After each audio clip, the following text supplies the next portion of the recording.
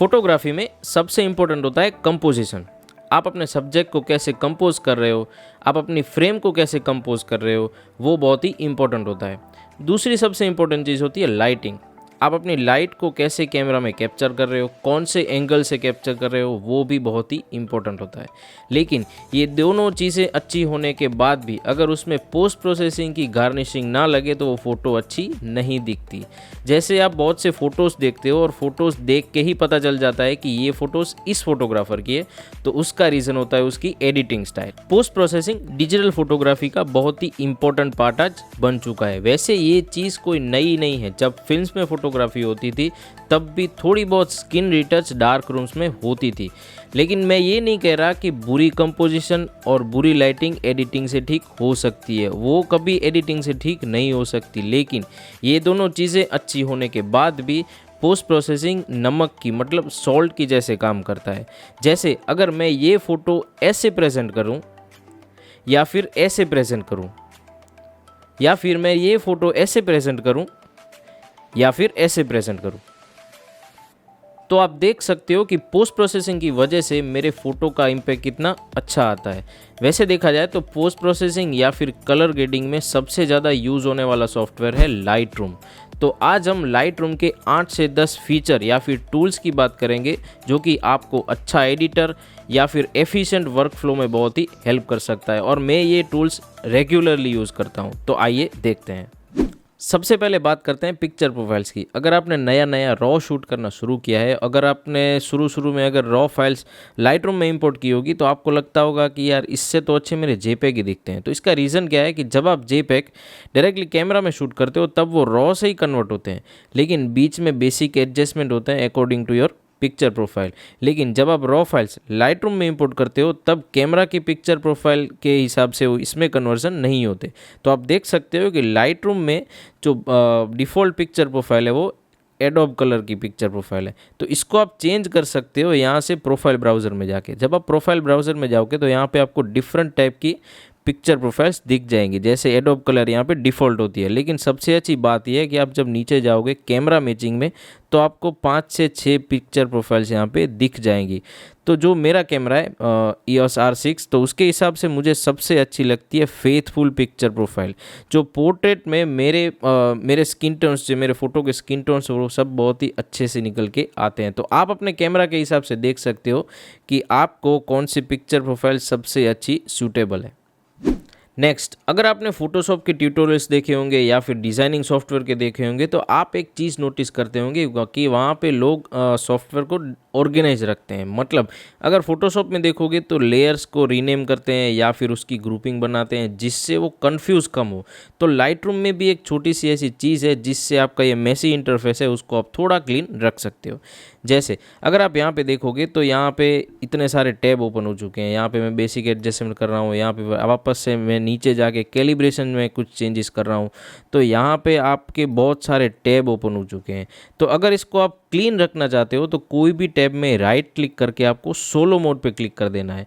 अब अगर आप कोई भी टैब ओपन करोगे तो दूसरा टैब अपने आप बंद हो जाएगा, जिससे ये थोड़ा बहुत क्लीन रहेगा। दूसरी चीज़, अगर आपके पास छोटी स्क्रीन है तो आप यहाँ पे लेफ़्ट साइड की पैनल को क्लोज़ कर सकते हो सिंपली यहाँ पे एरो पे क्लिक करके, और नीचे की पैनल को भी क्लोज़ कर सकते हो या फिर छोटी बड़ी कर सकते हो। तो ये सब चीज़ें हैं जिससे आपका ये लाइट रूम में थोड़ा बहुत ऑर्गेनाइज आप रख सकते हो। अब जब भी मैं फर्स्ट कोई भी फ़ोटो लाइट रूम में ओपन करता हूँ तो मेरा सबसे पहला स्टेप रहता है उसमें अनवांटेड टिल्ट को सीधा करना, क्योंकि जब भी मैं लो एंगल से या फिर हाई एंगल से शूट करता हूँ तो मेरे फ़ोटो में थोड़े बहुत चांसेस रहते हैं उसमें टिल्ट होने के। तो अगर आपके फ़ोटोज़ में भी हो रहे हैं तो आप डायरेक्टली लाइट रूम में उसको सीधा कर सकते हो। जैसे आपको सिर्फ यहाँ पे क्रॉप में जाना है और यहाँ पे आपने देखा होगा यहाँ पे रूलर जैसा एक आइकन होगा, तो रूलर को क्लिक करना है और जो चीज़ सीधी होनी चाहिए उसमें आपको सिंपली लाइन ड्रॉ कर देनी है। तो आप देख सकते हो कि पिक्चर सीधी हो चुकी है। बहुत लोग फोटोशॉप में जाके उसको सीधा करते हैं, लेकिन यहाँ पे भी आप डायरेक्ट उसको सीधा कर सकते हो। लाइट रूम या फिर कोई भी कलर ग्रेडिंग सॉफ्टवेयर के बारे में कहा जाता है कि लेस इज़ मोर, मतलब थोड़े थोड़े माइनर चेंजेस भी बहुत बड़ा इम्पैक्ट क्रिएट करते हैं।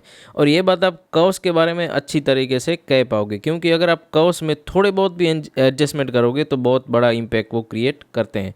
लेकिन प्रॉब्लम ये आती है कि आप थोड़ा थोड़ा एडजस्टमेंट कर नहीं पाते, कभी कभी आप थोड़ा करोगे बहुत ज़्यादा हो जाएगा। तो उसके लिए एक बहुत ही अच्छी एक ट्रिक है। अगर आप नॉर्मल, ये देखो मैं नॉर्मल चेंजेस कर रहा हूँ यहाँ पे, तो आप देख रहे हो बहुत थोड़ा बहुत करूँगा तो भी बहुत ज़्यादा हो जाएगा। तो इसका एक सबसे अच्छा सॉल्यूशन ये है, आप ऑल्ट प्रेस करके आप चेंजेस कर सकते हो। आप ऑल्ट प्रेस करके चेंजेस करोगे तो बहुत ही सरल चेंजेस उसमें होंगे।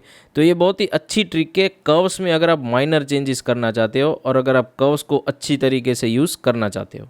जैसे जैसे आप लाइट रूम में एडिट करते जाते हो वैसे वैसे आप फ्रेम ऑफ रेफरेंस भूलते जाते हो, मतलब आप ये भूल जाते हो कि मेरी ओरिजिनल पिक्चर कैसे थी और मेरी एडिटिंग कैसे हुई है। तो इसके लिए लाइट रूम में एक फीचर है बिफोर और आफ्टर की कंपैरिजन व्यू का। जैसे अगर मैं ये फ़ोटो का बिफोर व्यू देखना चाहता हूँ तो मुझे सिंपली यहाँ पे क्लिक करना है। ठीक है, आप देख सकते हो बिफोर और आफ्टर की कंपैरिजन व्यू दिखा रहा है। और इसको अगर आप शॉर्टकट से यूज़ करना चाहते हो तो आपको सिंपली वाई प्रेस करना है। और फर्दर अगर आप यहाँ पे फर्दर क्लिक करोगे तो आपको डिफरेंट टाइप के कंपैरिजन व्यू दिखेंगे। और अगेन आपको इसको अगर शॉर्टकट से यूज़ करना चाहते हो तो शिफ्ट वाई प्रेस करना है। ठीक है, नेक्स्ट चीज़, अगर आपको इसी एक इमेज में बिफोर और आफ्टर का व्यू चाहिए तो आपको सिंपली बैक स्लैश प्रेस करना है। आप देख सकते हो बैक स्लैश प्रेस करने से इसी इमेज में मुझे बिफोर और आफ्टर का व्यू दिखाई देता है।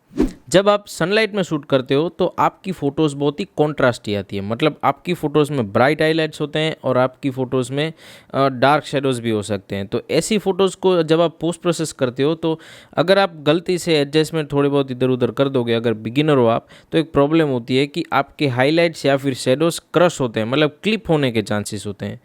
क्लिप होने का मतलब है वहाँ पे डिटेल का लॉस होना, मतलब जब डिटेल लॉस होती है तो वहाँ पे या तो वाइट पैच हो जाता है या फिर डार्क पैच हो जाता है। तो ये प्रॉब्लम को अगर टैकल करना है तो उसके लिए सबसे अच्छा फीचर है क्लिपिंग इंडिकेटर का।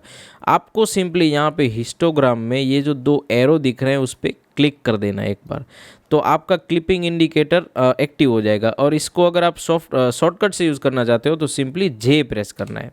ठीक है, अब आप देख सकते हो कि जो ब्लू एरिया है वो डार्क है और कम्प्लीटली डार्क हो चुका है, मतलब वो क्लिप हो चुका है, और रेड एरिया भी क्लिप हो चुका है। तो आप ये इनेबल करके आप देख सकते हो कि आपकी फ़ोटोज़ में मेन सब्जेक्ट का कोई एरिया अगर क्लिप हो रहा है तो उसको आप सुधार सकते हो। या फिर आपकी स्क्रीन पुरानी है, आपकी ब्राइटनेस लेवल ऐसे है कि आप जज नहीं कर पाते हाइलाइट्स या फिर शेडोज़ को, तो ये फीचर आपको बहुत ही काम आ सकता है। HSL सबका फेवरेट टूल होता है और कलर ग्रेडिंग में भी बहुत ही हेल्पफुल होता है। लेकिन जब आप बिगिनर हो या फिर आप लाइट रूम एकदम नया नया सीख रहे हो, तब आप कौन से एरिया में कौन से कलर इन्वॉल्व हैं वो आप समझ नहीं पाओगे। तो ये टूल आपको काम आ सकता है। आपको सिंपली यहाँ पे HSL में आना है, और अगर आपको कोई भी एरिया का अगर सेचुरेशन ह्यू या ल्यूमिनेंस कुछ भी अगर चेंज करना है तो पहले आपको वहाँ पे सेचुरेशन या ह्यू सिलेक्ट कर लेना है। बाद में आपको ये टूल दिखेगा, ड्रैग करने का टूल है। आप अगर यहाँ पे क्लिक करके कोई एरिया में ड्रैग करोगे तो वो एरिया का सेचुरेशन चेंज होगा। अब आप देख सकते हो कि ये ड्रैग करने पर दो स्लाइडर्स मूव हो रहे हैं। अब आप जान गए कि ये एरिया में दो कलर्स इन्वॉल्व हैं, तो अब आप इस ड्रैगिंग टूल को छोड़कर मैन्युअली भी चेंज कर सकते हो। तो बिगिनर्स को ये बहुत ही हेल्पफुल हो सकता है समझने में कि कौन से एरिया में कौन से कलर इन्वॉल्व हो सकते हैं। नेक्स्ट फीचर आता है रेफरेंस फ़ोटो का। रेफरेंस फ़ोटो का फीचर आपको दो फोटोज़ कंपेयर करने के लिए बहुत ही हेल्पफुल होता है। जैसे मैंने ये फ़ोटो की एडिटिंग कंप्लीट कर ली है, तो मैं अगर इस फ़ोटो की सेटिंग्स कॉपी करके अगर इस फ़ोटो में पेस्ट करता हूँ तो आप देखोगे कि दोनों फ़ोटोज़ एकदम से बराबर नहीं दिख रही, क्योंकि दोनों फ़ोटोज़ अलग अलग टाइम पे खींची गई है। तो मैं इन दोनों फ़ोटोज़ को साइड बाय साइड कंपेयर कर सकता हूँ। जैसे मुझे इस फ़ोटो की एडिटिंग अगर लास्ट में अगर मेरी फाइनल है तो इसको राइट क्लिक करके मुझे सेट एज रेफरेंस फ़ोटो करना है, और इस फ़ोटो में जाके मुझे यहाँ पे रेफरेंस व्यू चालू कर देना है। अब आप देख सकते हो कि दोनों फ़ोटोज़ को मैं साइड बाय साइड कंपेयर करके देख सकता हूँ। दूसरी सबसे बड़ी इंपॉर्टेंट बात, अगर आप एडवांस कलर ग्रेडिंग लाइटरूम में सीखना चाहते हो तो रेफरेंस फ़ोटो का फीचर आपको बहुत ही हेल्पफुल हो सकता है। जैसे आप अगर कोई गूगल में फ़ोटो देखते हो या फिर इंस्टाग्राम में फ़ोटो देख रहे हो और आपको उसकी ग्रेडिंग पसंद आ रही है, तो आप उस फ़ोटो को डाउनलोड करके रेफरेंस सिलेक्ट करके अपनी फ़ोटो में वो ग्रेडिंग रेप्लिकेट करने की कोशिश कर सकते हो, जिससे आपकी कलर ग्रेडिंग की जो पकड़ है वो बहुत ही मजबूत होगी।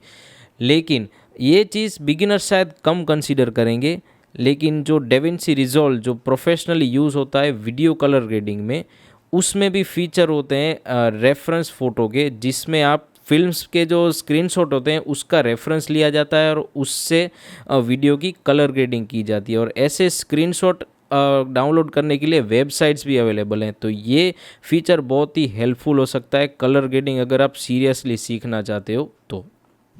ये जो फीचर है वो लाइट रूम जो थोड़ा बहुत जानते हैं उनको ये हेल्पफुल हो सकता है। जैसे अगर आप कोई फ़ोटो को एडिट करते हो और आपको दूसरे दिन लगता है कि यार मैंने ये फ़ोटो ऐसे नहीं, इसकी जगह ऐसे एडिट किया होता तो अच्छा लगता, और आप पुरानी कलर ग्रेडिंग मतलब पुराने एडिट्स में ही नए एडिट्स करना शुरू कर देते हो, तो आपको ऐसा नहीं करना है, आपको उसकी वर्चुअल कॉपी बना लेनी है। जैसे आपको यहाँ पे राइट क्लिक करके यहाँ पे क्रिएट वर्चुअल कॉपी को सिलेक्ट कर लेना है। अब आप देखोगे तो यहाँ पे दूसरी कॉपी बन चुकी है। अब जो ये दूसरी कॉपी है उसमें आपको ये फोल्डेड पेपर का आइकन दिखेगा।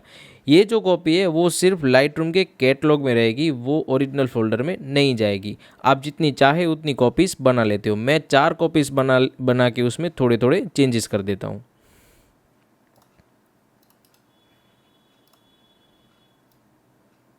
अब मैंने यहाँ पे इसकी 4 कॉपीज़ बना ली हैं और चारों में थोड़े थोड़े चेंजेस कर दिए हैं।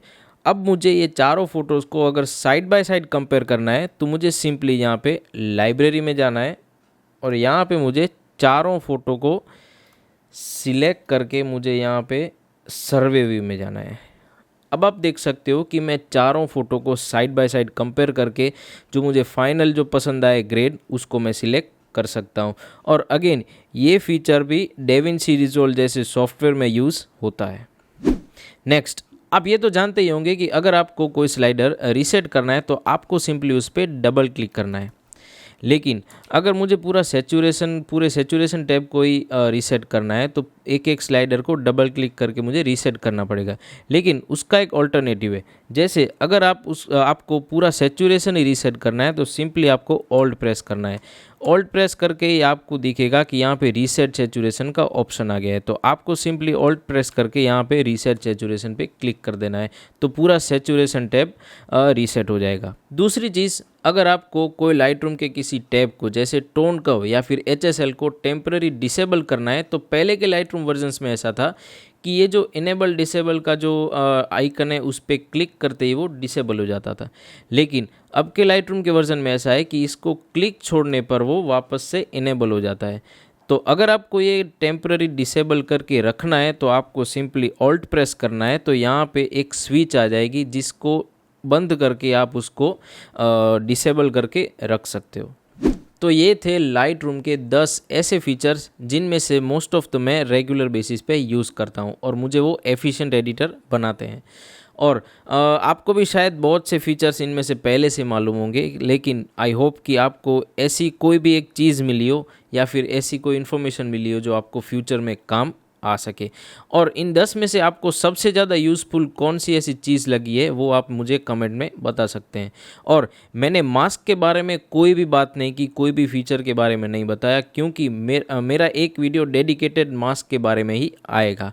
तो ऐसे ही अगर वीडियोस देखना चाहते हो तो लाइक कीजिए, शेयर कीजिए अपने फोटोग्राफर दोस्तों को और सब्सक्राइब कीजिए। मिलते हैं नेक्स्ट वीडियो में।